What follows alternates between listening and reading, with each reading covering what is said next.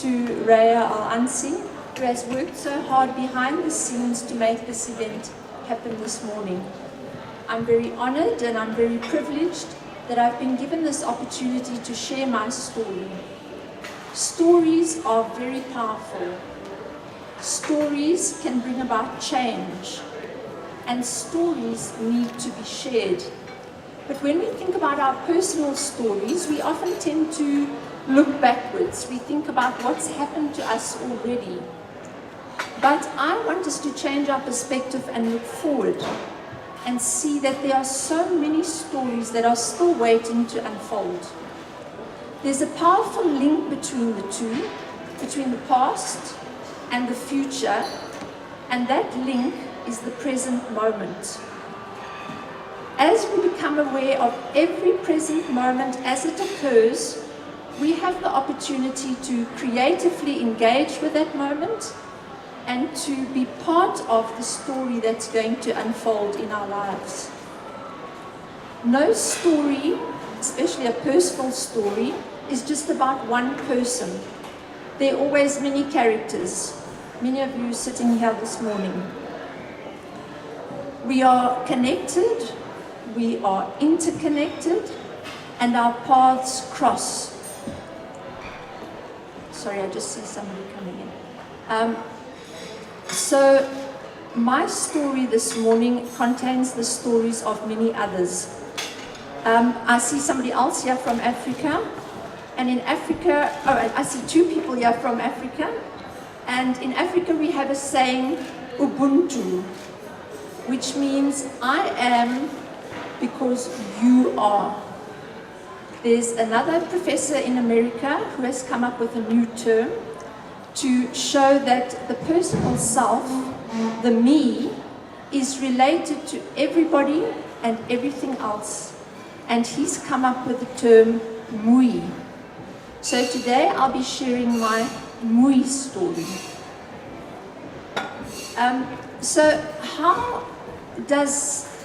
What do I do, and how do I come to be doing what I do?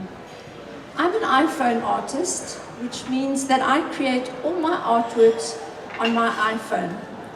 When I'm out walking, I use slow shutter photography to capture things that I see or moments that strike me as I go about my day. Then, using various apps, I create my own textures. I blend them in with the photos that I've already taken. I use a number of other apps to paint with my iPhone, and I actually paint on my iPhone screen with my finger. I'm always reading about apps, I'm always downloading apps, I'm always experimenting with apps. So there's no one set formula. It's more of an intuitive process. And then the next question arises, how does somebody who was a teacher of mathematics and English when she lived in South Africa, who worked voluntarily in a hospice when she lived in Germany, come to be an iPhone artist since she's been living in the UAE? So I had to think about this, and I looked back on my life, and three things stood out for me. And it was just by coincidence that each of these words that came to mind began with the letter C. So I'm going to call them the three C's. The first one is my camera. I can remember being very little, and my very first wish at the time was to own a camera. That was one of my first wishes. And I can remember waking up on Christmas morning and being so disappointed because I got a floppy doll. I didn't want a floppy doll, I wanted a camera. What I didn't know is my uncle would be giving me the camera later in the day, so I did get my camera. I would line up my sister, all the neighborhood friends. I would make them point their toes and put their hands across their chest so that I could photograph them. I've always had a camera, and there's always a camera with me when I'm out and about. That was the first C. The second C is curiosity. I'm by nature very curious. Even when I travel, I don't have a set itinerary. I like to simply walk and explore whatever I find as I make my way through a new city. I'm curious. I can remember as a child, we had a school concert and we were all on stage, and I noticed in the wings that there was a trapdoor. So I had to know what was in the trapdoor. So I convinced my friends to stay behind with me after school. I told them we had to wait till there was nobody around so that we could open the trapdoor and find out what was inside. There was nothing, simply rubble. But being a keen reader, and at the time reading all the Secret Sevens of Enid Blyton, etc., I decided that we definitely needed to form a secret society and that we would meet underneath the trapdoor, which we did. I made special little plastic things for our knees so that we wouldn't be too dirty down the bottom. And I'm not sure how long it lasted, because despite our tortures, it was highly unpleasant down there. The third C is a big one for me, and that's communication. I've always been interested in different ways of communicating. When I was little, again, received another gift, which was a set of 3 telephones with long wires. So I made sure there was one in my bedroom. Can't remember where the second one was, but the third one had to be in my father's bedroom, so that when I woke up in the morning, I could call him and say, "Dad, I'm awake," because I knew that Dad would bring me tea in bed. And he continued to do that for all of us in our family throughout our lives. When that got a bit old, I set up the telephone from our house to the neighborhood's house, over the fence, through the bushes, etc., so that my friends and I could speak to each other. I became interested in walkie-talkies, and when I got my first wireless radio, it had something very special. It had earphones. Now, you take that for granted now, but that was not so at the time. It was really a big thing. Nowadays, we like cyborgs. We've got pods in our ears with extensions of ourselves. But I was very excited about my earphones. So what I did was, we had school blazers. I made a tiny hole in my pocket, so that I could put my little radio in my pocket, take the cord through the little hole, bring it up underneath my blazer, out the top, and I had 2 ponytails, which I on purpose wore in the front here, so that I could put it in my ear, and the nun who was teaching us at the time wouldn't be able to see me, but I would be able to listen to music. The next thing that I got into was a CB radio, citizen band radio. So all was well. I just needed a cable on my car. I was driving by then. So in my car, all was good. But I decided that wasn't good enough. I wanted to be able to, which I did later, sit up at night and speak to people from different countries and far-off lands. But for that, I needed a 7-meter high aerial installed on top of our home.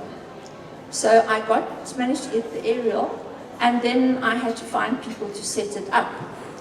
What I did was, I invited someone that I had just recently met to help with the installation, because I wanted to get to know him better. And I can tell you now that this helper, this installer of my 7-meter high aerial for my citizen band radio, is my husband, Harry, my biggest support in life. We have 2 beautiful daughters, and both of them have children of their own. In 2010, we moved to Dubai. I was very fascinated by the stories I heard about the Bedouins. The Bedouins would move through the desert, and they had this incredible ability to make whichever place they found themselves in their home. So they would move, set up, and that was home. That was their center. The same time I was reading about that, we lived in downtown Dubai. Downtown Dubai brought out a project called the Center of Now. So that was just what fitted in with the whole story of the Bedouins. I wanted to start a website. I wanted to write about two things at this time. I wanted to write about mindfulness, and I wanted to write about cyberspace.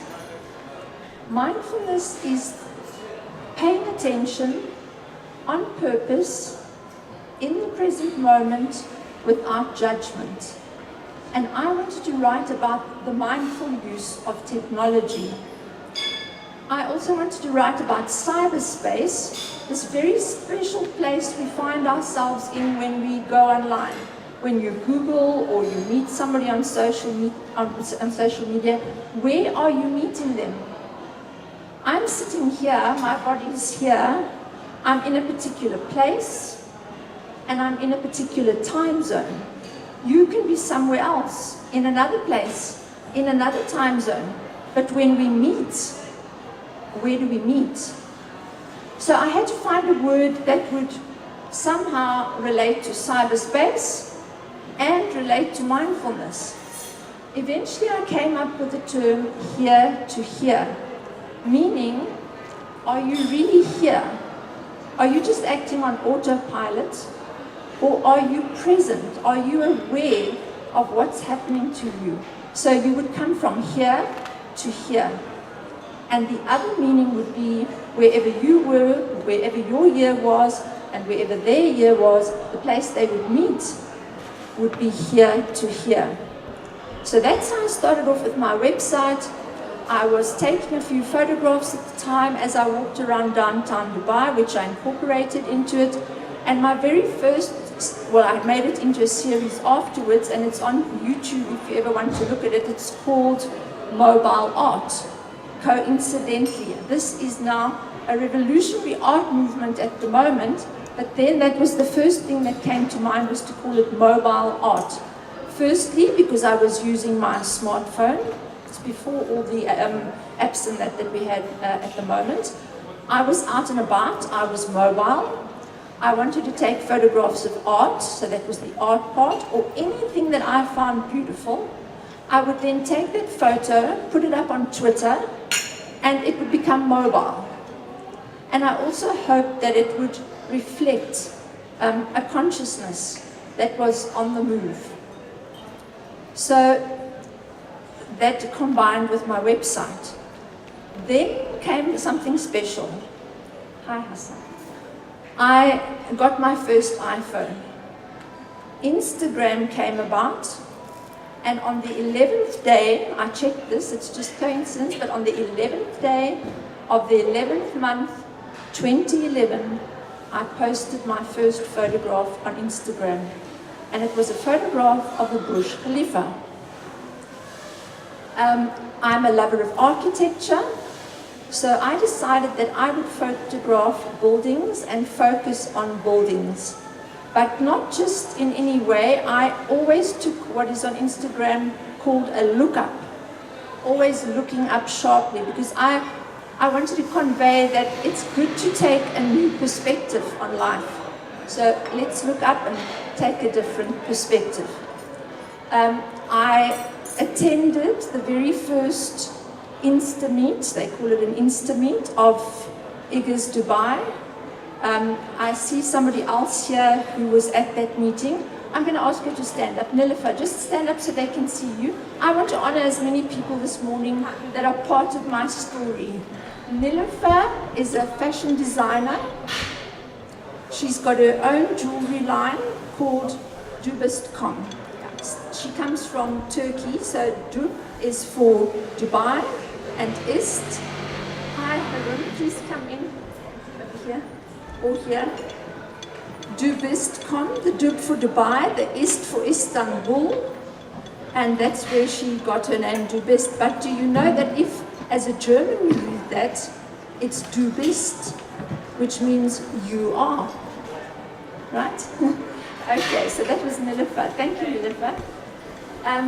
I then got a fisheye lens, which I attached to my camera, and I took a number of photographs and came up with my first abstract series, which was called Digital Archways. I was fascinated by Baroque, and you know, if you're standing underneath the Baroque painting, it's this huge, massive expanse, and whichever part you focus on becomes the center of the story that you're looking at. If you change, you get another view. So I thought that's exactly what it's like when we're using our mobiles. There's so much going on, but you have the power to choose what you focus on. It's up to us to decide how we're going to mindfully use our technology. Then I worked with the concept of an end zone. Enzo is something very popular in Japan. Artists practice drawing an Enzo on a daily basis in the hope that they can create the perfect circle. So I thought if artists can do that, maybe I can somehow incorporate that into my artworks. So again, fortunately using specific apps, I created a series which was called Corridors of Cyberspace. All of them had a circular element to it, and that series was shown in 2 locations in Venice 2 years ago. What strikes me about that when I thought about it is that artists always make use of whatever is current. When painters suddenly had tubes, they didn't have to be in their studios anymore. They could go outside and they could start painting outdoors. So we had Impressionism. So if I had an app that could help me make circles, I could develop a series that had a circular element to it. Just need to take a pause. Can I just have a sip of water, please?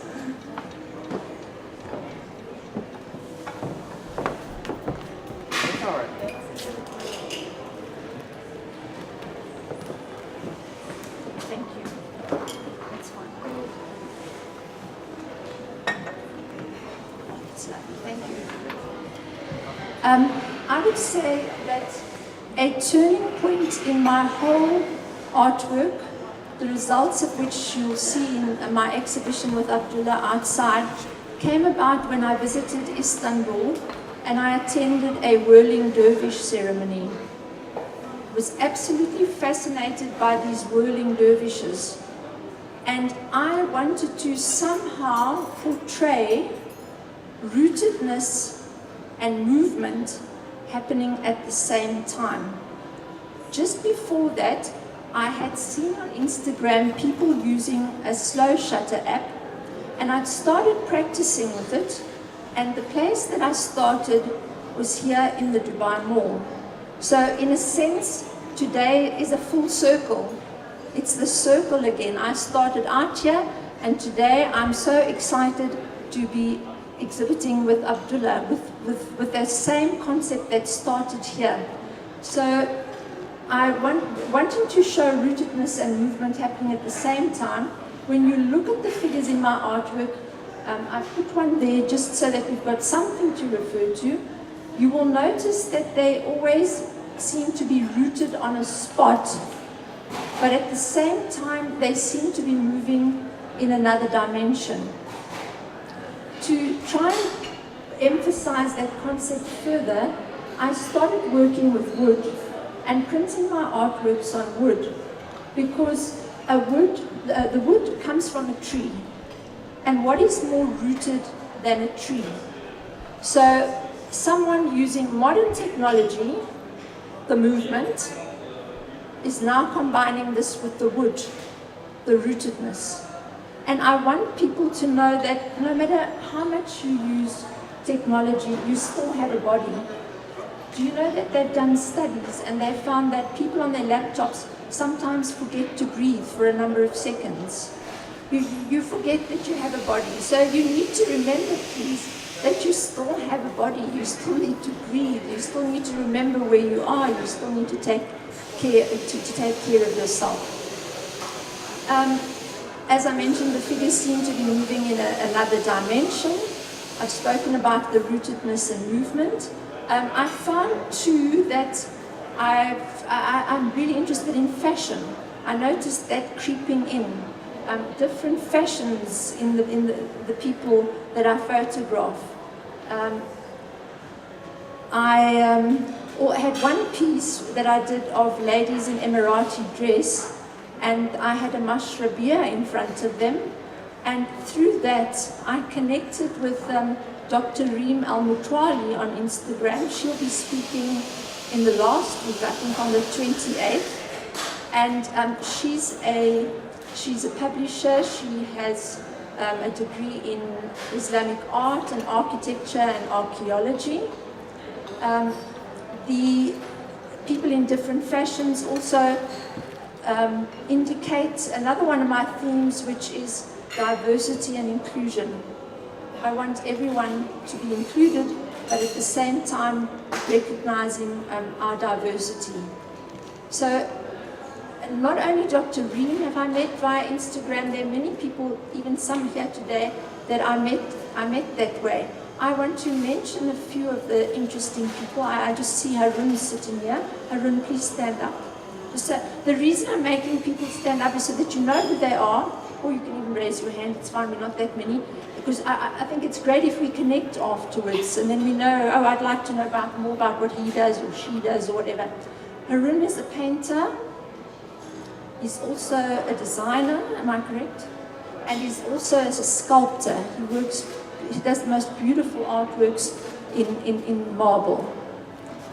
Let me just see who answers. Very important. I was following Instagram stories one day, and I saw this person walking through Ras Al Khaimah, taking these most beautiful pictures of doors and old places and so on.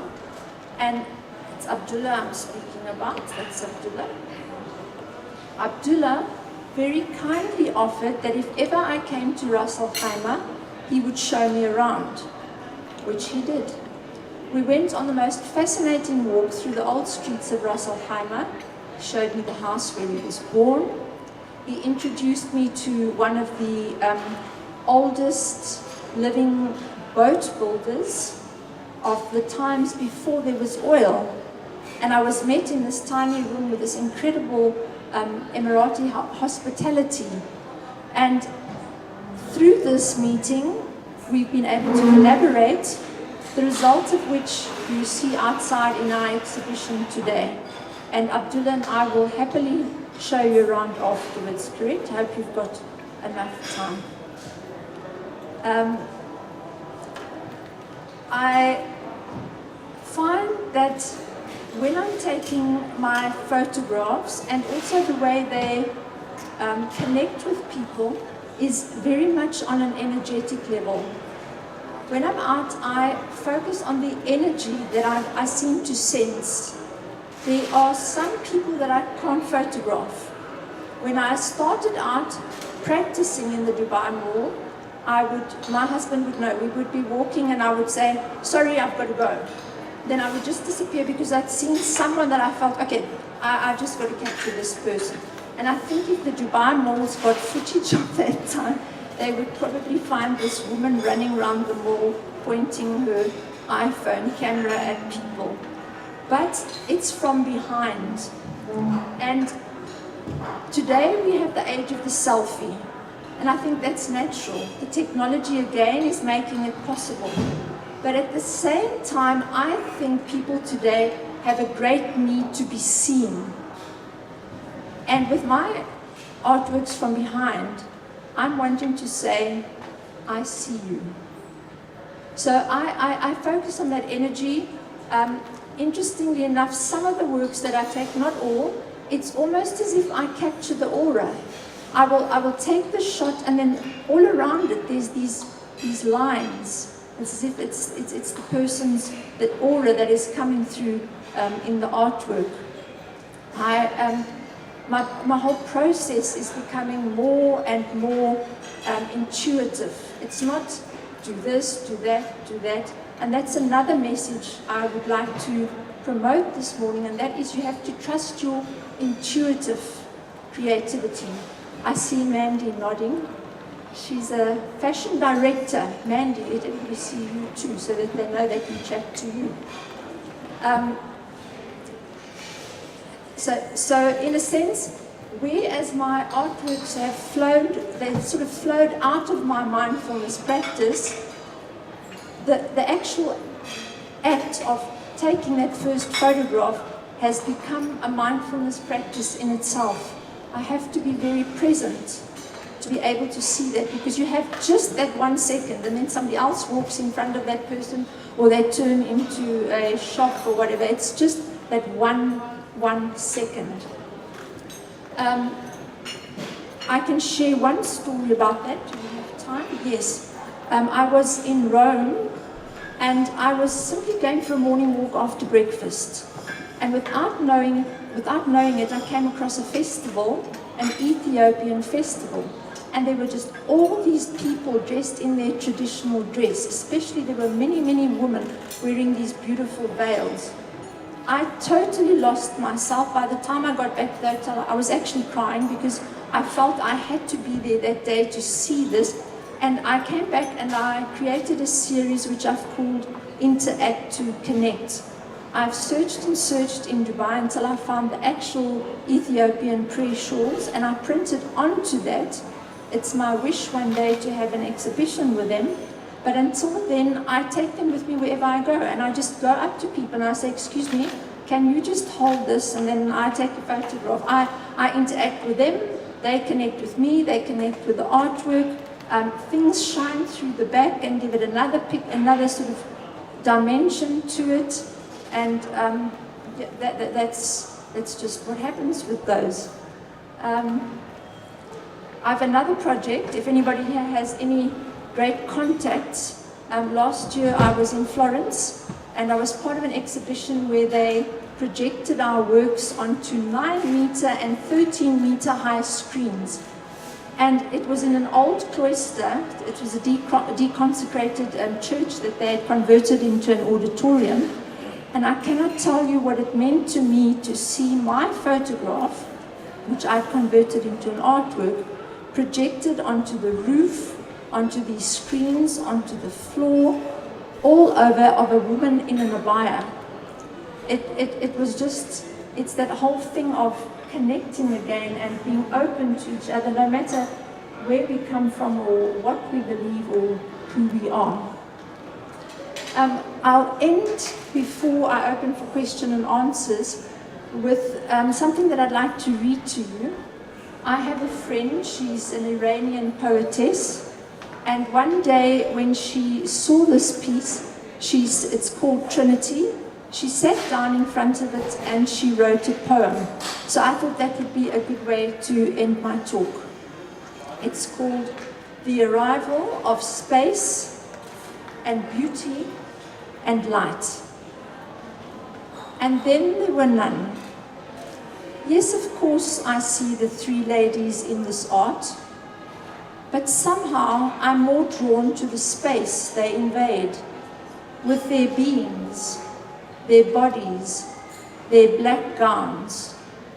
A deep breath in and they disappear. I am simply in the beautiful space, all full of invitation, all full of light, all full of empty. The steps leading to life, ahead some no trees, a sort of ladder leading me from here to now, presently sitting. A slow breath in, watching the shadow of my pen on paper. Somehow the people in the art do not leave a shadow behind. I look ahead and realize this is life. Slow, beautiful art. And that's my closing message. Life is art. Life is art. Life is about connections. Love is about connections. So I would encourage you to share your stories, but especially to be open to participating in the stories that are waiting to unfold for each one of you. Thank you.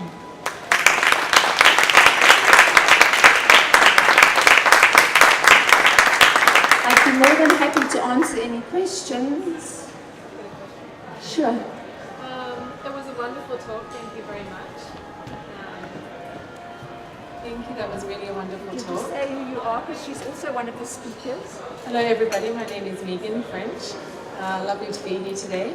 I'm interested to hear from your background about from your father making tea to you being a mathematician and a teacher, somebody that worked in a hospice in Germany. How has that inspired you to become who you are today? And the second part of that question is, and what does the future look like for you? Okay.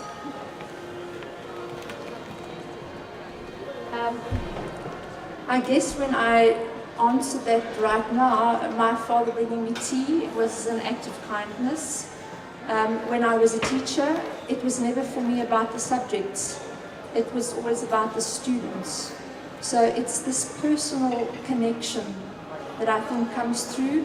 The hospice was the same. It was an incredible opportunity. I learned that I will die one day exactly the same way I live. I saw people die where they were not able to close their eyes. They had been such angry people in life. I saw other people who, once they had died, looked as if they were having an afternoon sleep. They had always been happy. And I think that played had a great influence on what I do. And what I see ahead, I'm going to continue with what I'm doing. As I mentioned, I'd very much like to bring that one concept to Dubai with the major screens. It's similar to the Van Gogh thing they've got at the moment, except it's all mobile artists. I have a number of projects coming up. Hopefully a solar exhibition in Abu Dhabi in the future. And again, I want to be present in every moment so that the opportunity that arises, I'm able to take. Alexa, can you stand up first? Okay, Alexa is the owner and the editor-in-chief of the Discover Middle East magazine. So if you have an event that you would like promoted, Alexa is the person to speak to once we all meet later on. Thank you very much, Linda. Linda, I would like to come back to your one sentence. You have to trust in your intuitive creativity. I'm a writer, I meet a lot of artists, and what I've seen by the best of all the artists is that, of course, these artworks have a lot of energy, and that means you have to give a lot of energy to create art. I would like to ask you, how do you get all this encouragement, the energy, the motivation to continue? Because I know from all the artists that they doubt. Whatever they do, they doubt. And to get all this energy to produce and to create new art, is something that you take from your own. And how do you do that? Or how do you? Yes, I think we have to admit that there are doubts and that there are periods of great doubt. Alexa, I would say, first of all, you asked, how do I keep going? The one part of it is that I don't have an option because the artworks come. So they invite themselves, they want to come into being, so I have to assist them as it is. But I think the most important thing is something you touched on briefly, is that it's the encouragement. It's the encouragement, the support of your friends, your family, people you meet. That is what keeps me going. Okay. Any other questions? Mariska. Okay, Mariska, you better stand. Now take a good look at Mariska. I think she's exceptionally hot. But she is wearing her special gown because she's about to begin on a project in Dubai which will be called Waste Me Not. So for 1 month she'll be wearing all the waste that she creates, and I've seen people who've done this before. In a month's time she's going to be huge because of all the waste. And if I understand correctly, your friend will try to be conscious and not create that much waste. Exactly, to Yeah. try and keep her suit as Yes. nice as possible. Okay, and before I give you the mic, Mariska is also exhibiting this evening at DIFC Nights with the Jala Project. Hassan, please stand up.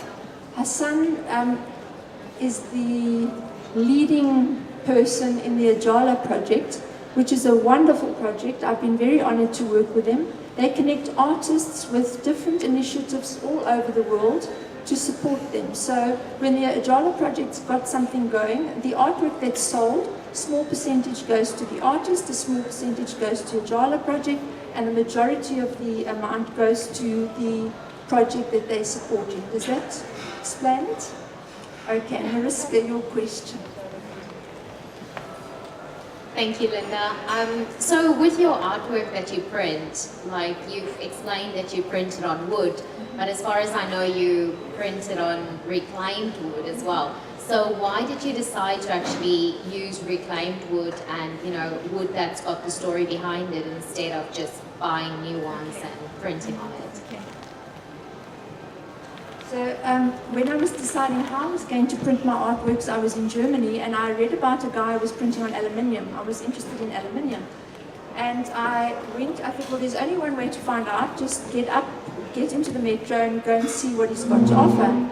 And I walked in and he had works on wood. And the moment I saw it, I knew that was it.